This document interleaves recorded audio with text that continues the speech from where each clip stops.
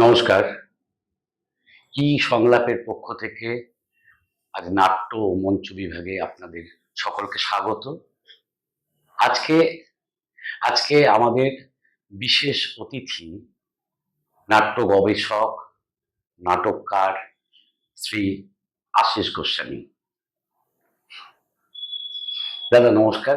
সংলাপের পক্ষ থেকে নমস্কার। আমি অনেকদিন ধরেই শুনেছি যে এই ধরনের একটা কাজ চলছে।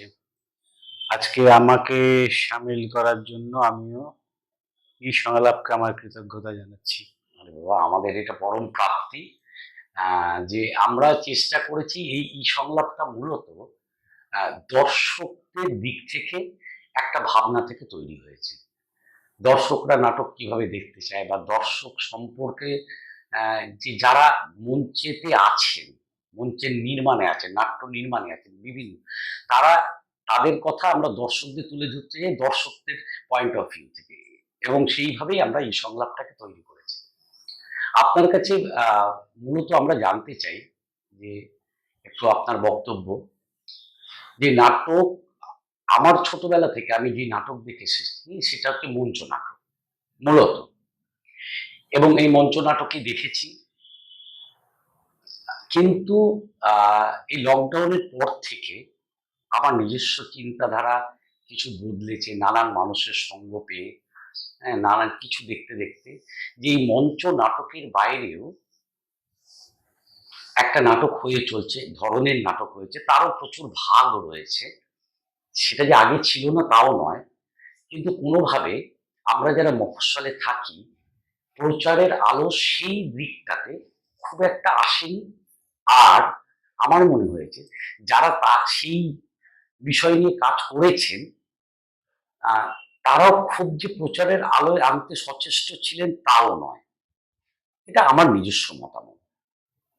আপনাদের এই প্রশ্ন যে আজকে বাংলা নাট্য যে জায়গায় দাঁড়িয়ে রয়েছে, সেখানে মঞ্চ নাটকের ভবিষ্যৎ আর এই মঞ্চ নাটক ছাড়া মানে নন প্রসিনিয়াম যে বিভিন্ন ফর্ম আছে তাদের ভবিষ্যৎ আগামী প্রজন্মের কাছে আপনার কাছে কি মনে হয়, এটা যদি আমাদের একটু বিস্তারে বলেন। প্রথম কথা হচ্ছে যে আমি বিশ্বাস করি যে মঞ্চ নাটক থাকবে, মঞ্চ নাটক চলে যাবে এমন কোনো বিষয় নয়। কিন্তু আমাদের থিয়েটারে প্রায় কখনোই আমি তো শুনিনি, ভাবাই হয়নি যে জীবনের, সমাজের অন্যান্য সবকিছুর মতোই এই থিয়েটার শিল্পটাকেও ওই কিভাবে চলবে না চলবে তার দিক নির্দেশ আমার অলক্ষ্যেই করে আমার পুঁজি, আমার কর্পোরেট, আমার লাভালাভ, কিভাবে চললে পরে তাদের সুবিধা হবে বা কিভাবে চললে পরে তাদের সুবিধা করে দিয়ে আমি একটু বেঁচে থাকতে পারবো ইত্যাদি বিষয়। অর্থাৎ এই ইকোনমিক্যাল স্ট্রাকচারটা নিয়ে আমাদের থিয়েটারটা কোনোদিন ভাবেনি, কোনোদিনও না। এবার মঞ্চ নাটক মানেই হচ্ছে কিন্তু একটা অনেক বৃহৎ একটা পুঁজির ব্যাপার। সেই পুঁজি লাগাবে সেখানে যেখান থেকে যে টাকাটা তুলতে পারবে, তাহলে তার বাইরে আর একটা থিয়েটার করতে হবে যে যারা এই পুঁজির সঙ্গে নেই, সেই সংখ্যাটাই বেশি, কিন্তু একদম সংখ্যাটাই বেশি সেখানে। কিন্তু অদ্ভুতভাবে আমরাও সেটা নিয়ে চিন্তা করি না, একেবারেই চিন্তা করি না আমরা। কিন্তু যেটা হয়েছে যে গত কয়েক বছর ধরে আর কি, গত ধরো 8-10 বছর ধরে আমার একটা সুবিধা যেটা হয়েছে যে আমি পৃথিবীর নানা প্রান্তে থিয়েটার দেখার সুযোগ পেয়েছি এবং বিভিন্ন মানুষের সঙ্গে একটা যোগাযোগের নিয়মিত সুযোগ আমার এখনো আছে। মানে ইতালিতে কেন থিয়েটার করতে পারছে না জুলিয়া, ও দুঃখ করে আমায় বলে সেটা। ফ্রান্সে কোনো একটি মেয়ে অসম্ভব ভালো একটা প্রোডাকশন করছে, কলকাতায় আমার খুব আনার ইচ্ছা ওকে, কিন্তু ও কেন আসতে পারছে না, বা আরো ইউরোপের বিভিন্ন দেশে যেভাবে থিয়েটারকে একেবারে গলা টিপে মারার একটা চেষ্টাও যেমন চলছে, সেই চেষ্টাটা সম্পর্কে আমরা খোঁজ রাখি না। আমরা কিন্তু সবসময় বিদেশে থিয়েটার আলোচনা করলে বলি ব্রডওয়ে থিয়েটার। আরে বাবা, ব্রডওয়ে থিয়েটারটাকে আমেরিকার থিয়েটারের মানুষেরা তারা কিন্তু এই থিয়েটারে অন্তর্ভুক্ত করে না, ওটা একটা ব্যবসা, এবং ওটা থেকে অনেক পুঁজি, অনেক লগ্নি হয় টাকা। সেই টাকার লগ্নি করে এই কারণেই যে অনেক টাকা দেওয়া হয়, গভর্নমেন্টকে দেওয়া হয় অনেক টাকা।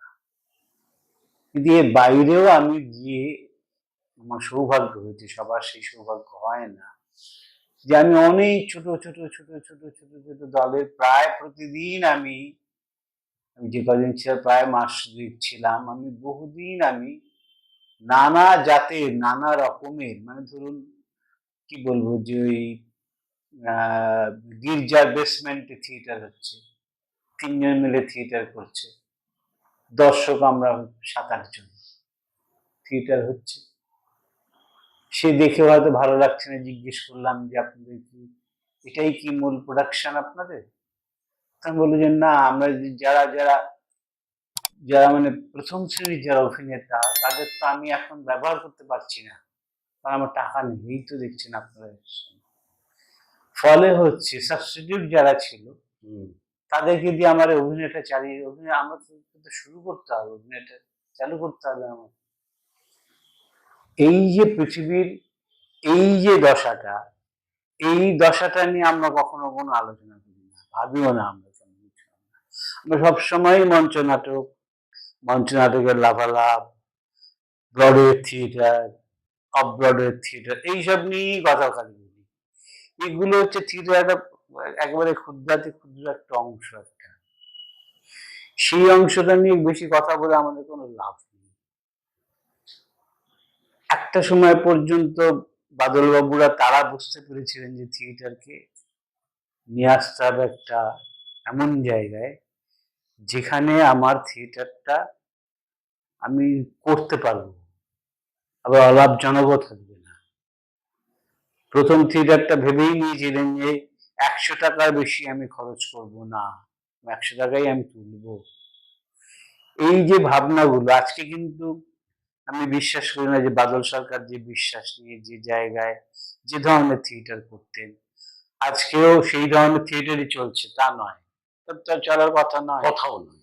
দুনিয়া এগোচ্ছে, পৃথিবী বদলে যাচ্ছে, যারা করছে তারা নিউ জেনারেশন, তাদের অন্য থিয়েটার তারা দেখছে, স্বাভাবিকভাবে তারা অন্য থিয়েটার করবে। কিন্তু কি, ওই যে 100 টাকা যদি আমি খরচ করি, সেই 100 টাকা আমাকে তুলতে হবে, আমাকে এমন জায়গায় থিয়েটারকে নিয়ে আসতে হবে যে টাকাটা আমি তুলতে পারবো, যে টাকাটা পেলে পরে আমার থিয়েটারের মানুষেরা বেঁচে থাকতে পারবে। এই যে ভাবনাটা একটা তিনি ঢুকিয়ে দিয়ে গেছেন, তার বহু দল, বহু ভাগাভাগি, বহু নাম, এটা হয়ে আমার ব্যক্তিগত ধারণা ক্ষতি হয়েছে। এত নামের তো দরকার ছিল না, এত রকম নামের দরকার, থিয়েটার করছি, আমি এই থিয়েটার, অন্তরঙ্গ থিয়েটার, অমুক থিয়েটার, অসুখ থিয়েটার, এত নামের আমার দরকারটা কি? আমি থিয়েটার করছি ভাই, আমার যেমন সামর্থ্য, আমার যেমন ক্ষমতা, আমার যেমন জায়গা, যে জায়গায় দাঁড়িয়ে আমি থিয়েটার করছি, যে মানুষজনদের জন্য থিয়েটার করছি তাদের বোধগম্যের মধ্যে যে আমি থিয়েটার করতে চাইছি, এই জন্য আমার আলাদা নাম দেওয়ার তো কোনো দরকার নেই। কিন্তু দিয়ে দিয়ে আমরা শতদা বিভক্ত হয়ে আমরা ওই যে ছোটই হয়েছি, আমরা কম, ছোট বলছি সরি, মানে কম শক্তিশালী হয়ে পড়েছি। কিন্তু এই থিয়েটারটাকে বাঁচিয়ে রাখতেই হবে, কারণ সারা পৃথিবীতেই এখন এই থিয়েটারটাই বেঁচে আছে। এখন যদি আমি দেখি ইউরোপ এবং ইউরোপের বাইরের লাতিন আমেরিকা, বা আমি যদি আমার পার্শ্ববর্তী মধ্যপ্রাচ্য ইত্যাদি জায়গায় যে থিয়েটার গুলো আমি দেখতে যাই, সেখানে থিয়েটার গুলো হয় একজন কি দুজন। এই তো এই অক্টোবর মাসে আমাকে আমন্ত্রণ জানানো হয়েছে, সেটা ওরা করে ডুয়েল থিয়েটার ফেস্টিভ্যাল।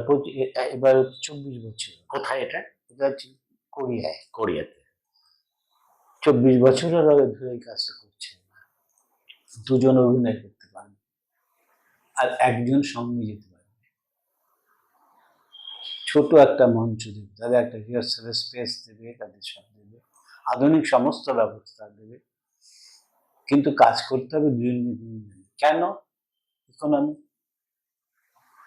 এই যে ইকোনমি যে একটা বড় ফ্যাক্টর, ইকোনমি যে আমাদের থিয়েটারকে নিয়ন্ত্রণ করে। আমার জামা কাপড়, লিপস্টিক, আমার পরিধান পরিচ্ছদ, খাওয়া দাওয়া সবকিছু যেমন ভাবে নিয়ন্ত্রণ করে, থিয়েটারকেও নিয়ন্ত্রণ করে আমার ইকোনমি। এই কথাটা আমাদের দেশে আলোচনায় আসেনি, আসা উচিত ছিল, আসা দরকার। এবং যদি আসতো তাহলে আমরা বুঝতাম যে আমার এই ইকোনমির মাঝখানে দাঁড়িয়ে আমি কোন থিয়েটারটা করব, সেটা ভাবা আমার কাছে অনেক সহজ ছিল। ফলে হচ্ছে কি, আমি গোলমাল হয়ে যাচ্ছে। আমি অন্তরঙ্গ থিয়েটার করছি, না থার্ড থিয়েটার করছি, না সহজিয়া থিয়েটার করছি, কি করছি আমি নিজেও জানি না। যে যখন বলে ও হ্যাঁ এটা আমরাও তো এটা করি দাদা, এই বলি আমি। আমার কাছে খুব কংক্রিট নয় বিষয়টা, আমি কেন এই থিয়েটারটা করি। আমি করি একটাই কারণে, ইকোনমিক্যাল কারণে। আমার ইকোনমি এই। আমি যে সমাজটায় দাঁড়িয়ে বাচ্চাগুলোকে নিয়ে আপনারা কাজটা করেন, সেই জায়গা দাঁড়িয়ে আপনি বেশি খরচ করতে পারবেন না। সেই জায়গায় সেই ল্যাঙ্গুয়েজে সেইভাবে থিয়েটার করতে হবে। থিয়েটার করার জন্য এত আমার আয়োজনের দরকার নেই। এত আয়োজন কে করবে? যে পুঁজি ঢালতে পারবে সে করবে, যে পুঁজি তুলতে পারবে সে করবে। এতদিন সেন্ট্রাল গভর্নমেন্ট টাকা দিত, আমি শেষ খবরটা বলবো না, আমি জানি কয়েকদিন আগে লাস্ট মিটিংটা হয়ে গেছে। কত দল ধরাশায়ী হয়ে পড়বে দেখবেন। তারা কি থিয়েটার করবে না? তারা কি প্রমাণ করবেন না তারা যে এই টাকাটা পেতাম বলে থিয়েটার করি? এটা নয়, থিয়েটারকে ভালোবাসে বলে থিয়েটার করি। এ প্রমাণ করার দায়িত্ব তখন তার ঘাড়ের উপর পড়বে। কিন্তু আমাদের একটা অভ্যেস প্রায় দাঁড়িয়ে গেছে যে আমরা এখন বেশিরভাগ সময় থিয়েটারের থেকে বেশি আলোচনা করি টাকা পয়সা নিয়ে। কখন আসছে, কি আসছে, কাকে ধরতে হবে, কাকেই করতে হবে, এই করতে হবে। আমাদের থিয়েটারের চর্চার জায়গায় যদি এটা হয়, এবং আমি আজকাল প্রায়ই বলি আমরা যে সেন্ট্রাল গভর্নমেন্টের কিচ্ছু যায় আসে না, তুমি তোমার পাড়ায় বসে বিজেপি বা কংগ্রেস বা তৃণমূলকে তুমি একটু গালিগালাজ করছো, তাদের ওদের কিছু যায় আসে না। কিন্তু তোমাকে এমন একটা সিস্টেমের মধ্যে রেখে দেবে যে সিস্টেমে সারা বছর ধরে তোমাকে ওটাই ভাবতে হবে। তাই তো হচ্ছে এখন প্রত্যেকটা ডিরেক্টরের তো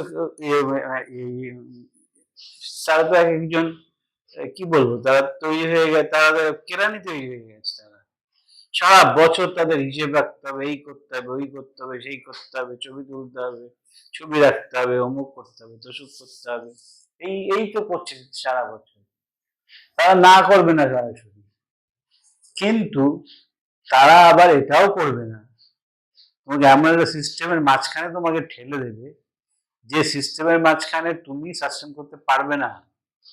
যে পারবে সে তো ওই থিয়েটার করবে। কারণ আমি তো কখনো, আমার সঙ্গে তো ভারত সরকার বারবার বলতেন যে থার্ড থিয়েটার বা আমার থিয়েটারের সঙ্গে মঞ্চ নাটকের কখনো কোনো বিরোধ নেই। ওটা তো থিয়েটার, ওই থিয়েটারটা বাঁচবে, ওই থিয়েটার মরে যাবে কি করে হবে? তাহলে আমাদের ইতিহাস, এত বড় যে ইতিহাস, সেই ইতিহাসটাই তো থাকবে না।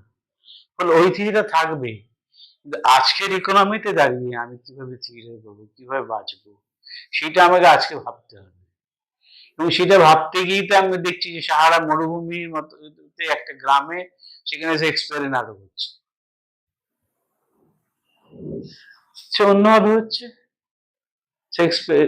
শেক্সপিয়ার ফেস্টিভ্যাল হচ্ছে, তা সেগুলো হচ্ছে তো ডিউ টু ইকোনমি, আর কিছু কোনো কারণ নয়। আমার শখ হয়েছে, আমি সাহারায় গিয়ে আমার করতে চাইছি, ওদের মধ্যে কারোর ইচ্ছে নেই যে যেমন ভাবে শেক্সপিয়ারের আমলে হতো এরকম ভাবে আমার করার ইচ্ছে নেই, তা হয়তো নয়।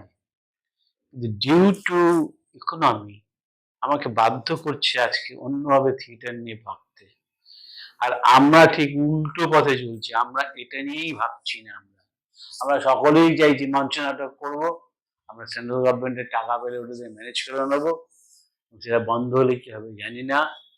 হ্যাঁ, এভাবে তো পৃথিবীর কোথাও থিয়েটার হচ্ছে না, থিয়েটার করতে দিচ্ছে না। টিউনিশিয়া থেকে আমার এক বন্ধু দ্বারা এসছে, তারা তারা বলতে বেড়াতে এসছে বলছে, কারণ ওখানে বলা যাবে না, কারণ তার দুদিন আগে তার অন্য একটি নাটকের ডিরেক্টরকে গাড়ির মধ্যে গাড়ি বোমা মেরে মেরে ফেলা হয়েছে। কিন্তু এখনকার ঘটনা এখন ঘটছে, এখন এই যে যুদ্ধগুলো হচ্ছে, সেই যুদ্ধে পালিয়ে পালিয়ে যে চলে আসছে, চলে এসে তারা যুদ্ধের যে কথাগুলো বলছে, একা একা বলছে। সে কি থিয়েটার করছে না, তার জীবনের কথা বলছে। সে যদি আমি ইন্টিমেট থিয়েটার বলে আমি দাগিয়ে দিয়ে দিতে পারি, আমি দাগিয়ে দিতে পারি। সে ইন্টিমেট ফিন্টিমেট বোঝে না। আমি যুদ্ধে আমি ঘর ছাড়া হয়ে গেছি, সব চলে গেছে।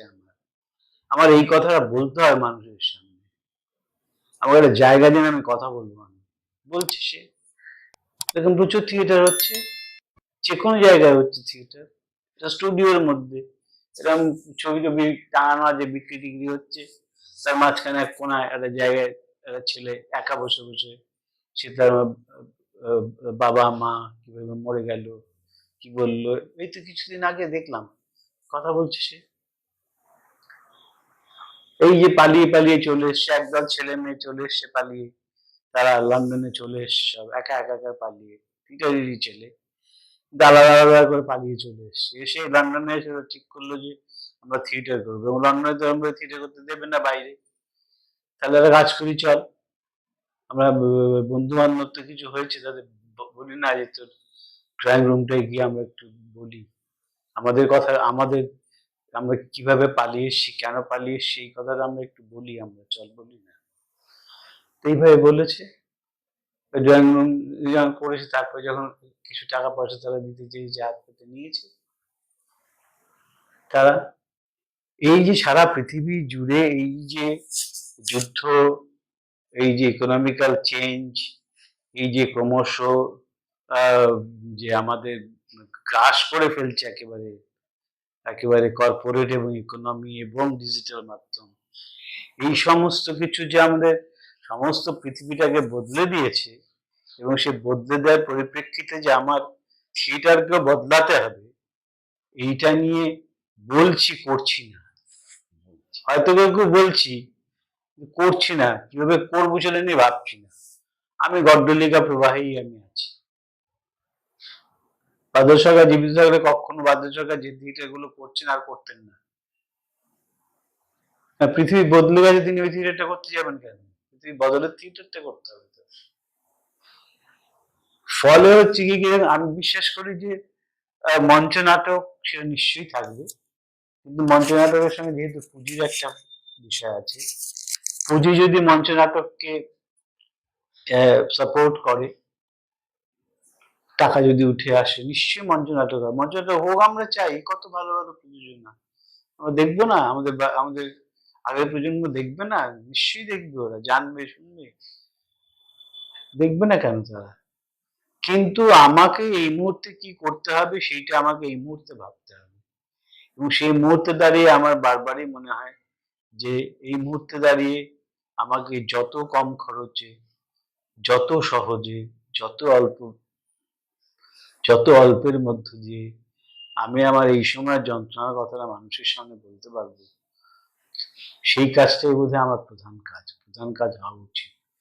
সেটা আমার থিয়েটার হলো, না অন্তরঙ্গ হলো, না মুক্তমুখ হলো, আমার কোনো দরকার নেই। আমার কোনো কিছু দরকার নেই। আমি একটা জায়গা দিয়েছি দাদা, ছোট একটা জায়গা দিয়ে, ওই যে আমি মেলার মাঠটা পেয়েছি, ওই মেলার মাঠটায় আমি থিয়েটার করবো। এটারে আপনি অন্তরঙ্গ বলুন, যা খুশি আপনি বলুন, আমি কিছু বলছি না। আমার একটা থিয়েটারের জায়গা দরকার। আমি এই থিয়েটারটাই যদি আবার একটা ড্রয়িং রুমে, কেউ বড় ড্রয়িং রুমে করতে বলে, আমি এই বাচ্চাগুলোকে নিয়ে করবো আমি থিয়েটার। আমরা এটাই আমি বলি। এই কথার কারণ কি, বাচ্চাগুলোকে নিয়ে আমি এই কথা বলতে চাইছি। বাচ্চাগুলোকে নিয়ে 200 টাকা 250 টাকা করে যদি ওঠে, আমি বলতে চাইছি বাচ্চাগুলোর লেখাপড়া, আমার সংগঠন, আমার সবকিছু চলবে। আর কি সবচেয়ে বড় কথা, ওদেরকে আমি বোঝাতে চাইছি যে জীবনটাই। আচ্ছা দাদা, এখানে একটা কথা বলি। আপনি যেটা বলছেন যে অর্থনীতির কারণেই আমাদের এই প্রয়োজনীয়তা আসছে এবং আমরা অর্থনীতির কারণে আমাদের খরচা কমাতে হবে, সমস্তটা ঠিক আছে। আমার একটা প্রশ্ন, অর্থনীতি তো আছেই, কিন্তু যখন নাট্যের যে ভাষ্য তৈরি হচ্ছে, যিনি যারা নির্মাণ করছেন তারা যে বক্তব্যটা নাট্যে রাখতে চাইছেন, তো তার তো একটা দর্শক আছে যাদের জন্য রাখছে, যাদের কথা বলা হচ্ছে। তো সেই মানুষগুলোর কাছেও সেই নাট্য পৌঁছে দেওয়ার কি না, নেই তো, কোনোদিনও হয়নি, তাদের দায় থাকে না? কোনোদিনও হয়নি। আমরা এই যে এত, আমাকে খালেদ চৌধুরী নিজে বলছে, বুঝলা, আগের দিন তো গান টান গায়ে এলাম, তাহলে হেভি ফাটায় দিয়েছি। পরের দিনকে জিজ্ঞেস করলাম, কি গো কেমন লাগলো গানটা? কি গাইছেন কিছুই তো বুঝি নাই। গণনাট্যের সঙ্গে জ্বলন্ত সময়ের উদাহরণ।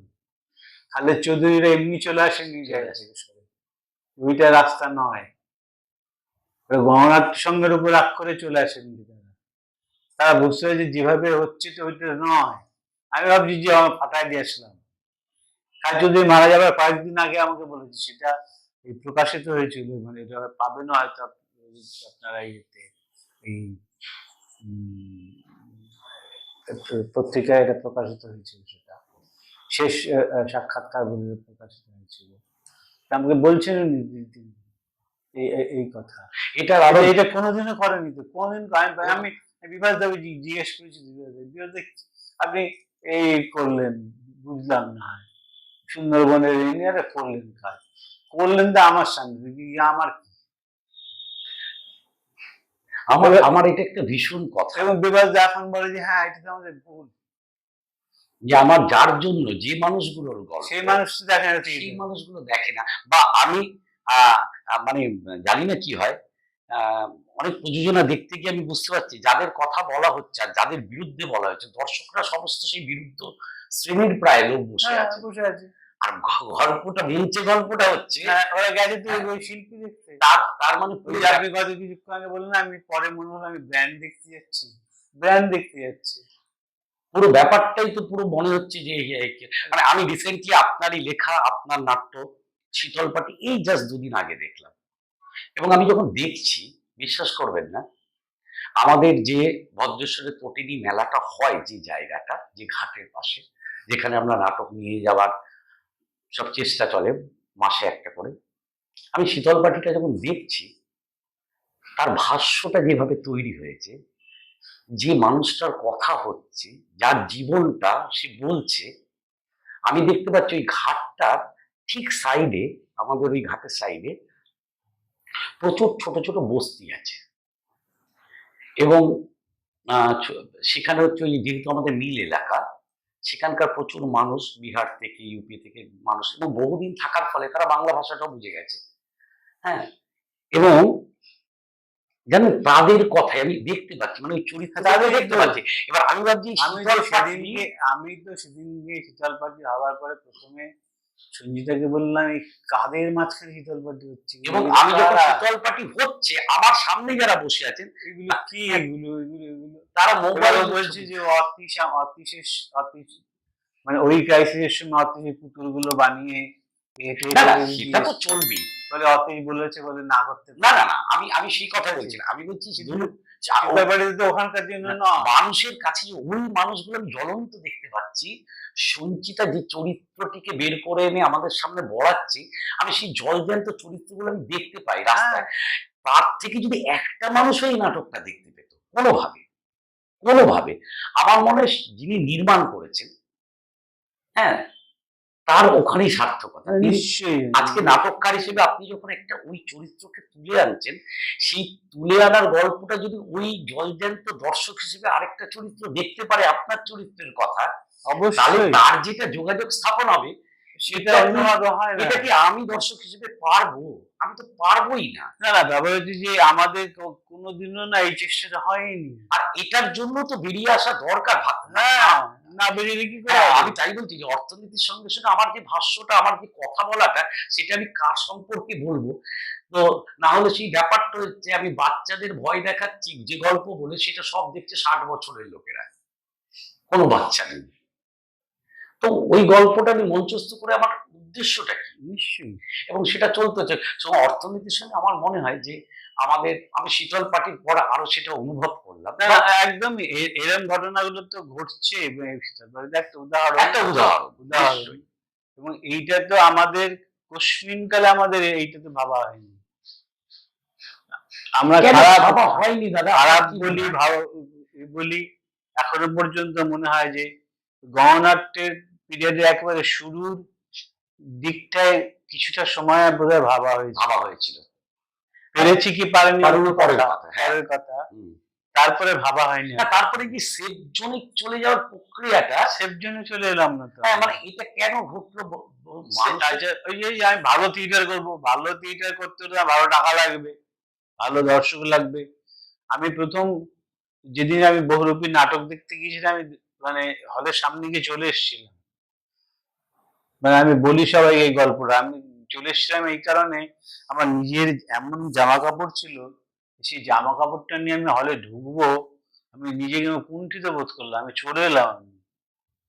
বিশ্বাস করো, আমি 11 মিনিট দাঁড়িয়ে কিছুক্ষণ যারা নামছে, যারা ঢুকছে, যারা দেখতে আসছে, ওদের সবাইকে দেখে টেকে মনে হলো আমি যাবো না, এখানে আমি ঢুকবো না এখান থেকে। এত কুণ্ঠাবোধ হলো আমার বিষয়টা সম্পর্কে। এটা আমি বলি, আমি আজীবনের জন্যই বলি আমি এই কথাটা যে, এবং এখন তো বলা যাবে না, বললে পরে বলবে অ্যান্টি কথা বলছি, অমুক বলছে, কিন্তু আমরা তো সেফ জোনে চলে এলাম। সেফ জোনে চলে এসে আমরা যেটা করলাম যে আমি প্রত্যেককে জিজ্ঞেস করি, আমার সৌভাগ্য হয়েছে, আমি প্রত্যেককে জিজ্ঞেস করি কি করলেন বলুন তো? সারা জীবন থিয়েটারটা তো করলেন, করে কি করলেন আপনি? কিছু করিনি, নিজের কাজটা নিজে করে চলে যাচ্ছি। সেটা উনি আমায় বললেন কিছুই করিনি, ওদের জন্য কি করেছি? কিছু করিনি। ফলে হচ্ছে কি আমরা একটা গভীর সংকটে, এবং সেই সংকটটা ক্রমাগত চলছে এবং এই আপনাদের মতো যারা আছেন বা ঋতুপর্ণা বা আরো এইরকম যারা আছে, তারা কেউ চেষ্টা করছে। তারা শহর নিয়ে ভাবে না, শহরে কে কি বললো না বললো নিয়ে ভাবে না, শহরে থিয়েটার তার পাত্তা দিল কি দিল না ভাবে না। ঋতুপর্ণাকে সারা ভারতবর্ষ যতটা চেনে, বাংলা চেনে না।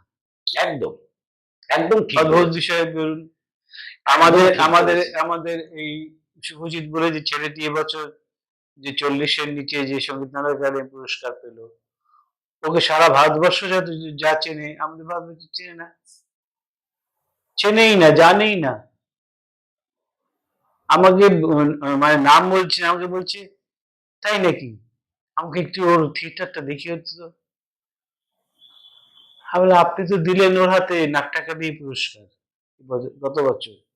ও আমি দিয়েছি নাকি? মানে আপনি তো দিলেন ওর হাতে পুরস্কার। কিন্তু ওদের মজাটা হচ্ছে ওরা কিছু ডোন্ট কেয়ার, কিছু যায় আসে না। আমার দরকার নেই, আমি আমার মতো থিয়েটার করবো। এই ছেলেদের দিকে তাকিয়ে আছি আর এদের সঙ্গেই থাকি, বেশিরভাগ সময় আমি এদের সঙ্গেই থাকি। অন্যরা পাত্তাও দেয় না আমাকে, আমিও যাই না, নেই। মানে এদের হাতেই বলছেন বাংলা নাট্যের ভবিষ্যৎ। ভবিষ্যৎ কিনা আমি জানি না, কিন্তু হচ্ছে কি বলতো, আমাকেও তো কিছু একটা নিয়ে ভাবনা নিয়ে ভাবতে হবে যে আমি যদি থিয়েটার দেখতে হবে, আমি ওরটাই দেখি, এখনো পর্যন্ত সৎ আছে। ভবিষ্যতে কি হবে আমি জানি না। আমাকে তো এরকমই ভাবতে হবে, এরকম সৎ ছেলে মেয়েগুলোকেই তো আমাকে খুঁজে বার করতে হবে, খুঁজে বার করে ওদের মতো করে তো আমাকে দেখতে হবে। আমি ওই সাবিত্রীবাই ফুলের নামই শুনিনি, সত্যি অথচ বিদ্যাসাগরেরও আগে লেখাপড়া নিয়ে কি মুভমেন্টটাই না করেছে সারা ভারত জুড়ে। এবং জানি না আমরা। ঋতুপর্ণার অভিনয়ের দাপট সাবিত্রীবাই ফুলেতে, মানে সত্যি যারা দেখেননি জানেই না তারা, জানেই না। ভাবুন আপনি, ভাবুন যে জানেই না যে এরকম একটা মুভমেন্ট করেছিলেন ভদ্রলোক। তো এবং ওরা এখনো ওইভাবে আছে, কিন্তু ওরাও এইভাবে কতদিন টিকে থাকবে সেটা নিয়েও মাঝে মাঝে ওদের মধ্যে সন্ধিহান তৈরি হয়, এ করতে হয়। এটাও একটা আলাদা লড়াই। ওদের পাশে থাকি, বোঝাই, ইয়ে করি, নানা কিছু করি, যতটা সহায়তা করার চেষ্টা করি আমি।